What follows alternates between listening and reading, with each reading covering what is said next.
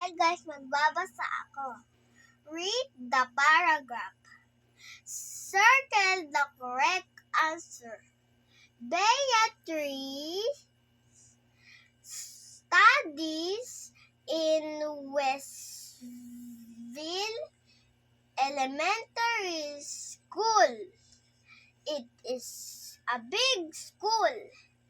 The school has 60 classrooms, 5 offices, a canteen, a field, a library, a hall, and 2 computer laboratories.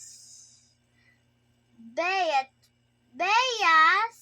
3 loves to spending her time in the library. There are different types of books and magazines for the students to read in the library.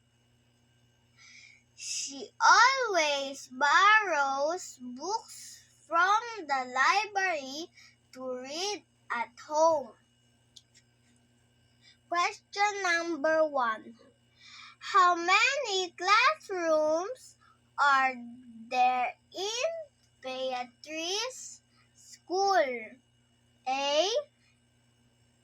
6, B. 16, C. 60. The correct answer is 60.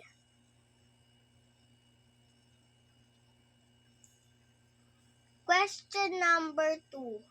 Where does Beatrice mostly spend her time at Westville Elementary School? A. The field, B. The library, C. The canteen. The correct answer is the library.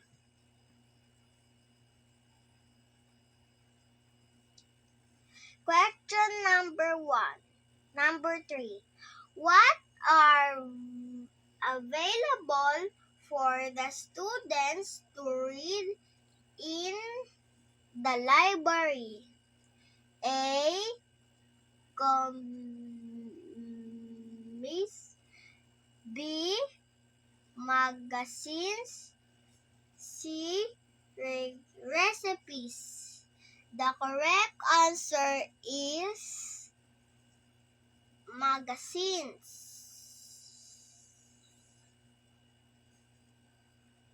Question number 4. What do you think Beatrice's hobby is? A. Dancing, B. Swimming, C. Reading. The correct answer is reading.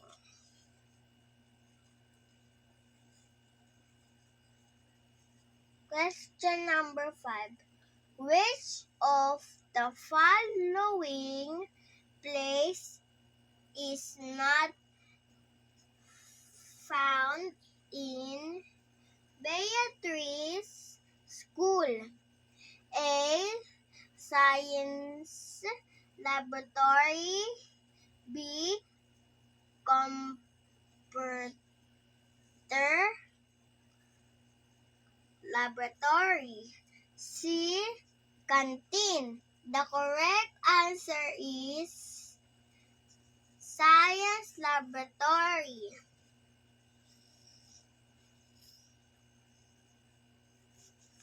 Bye-bye.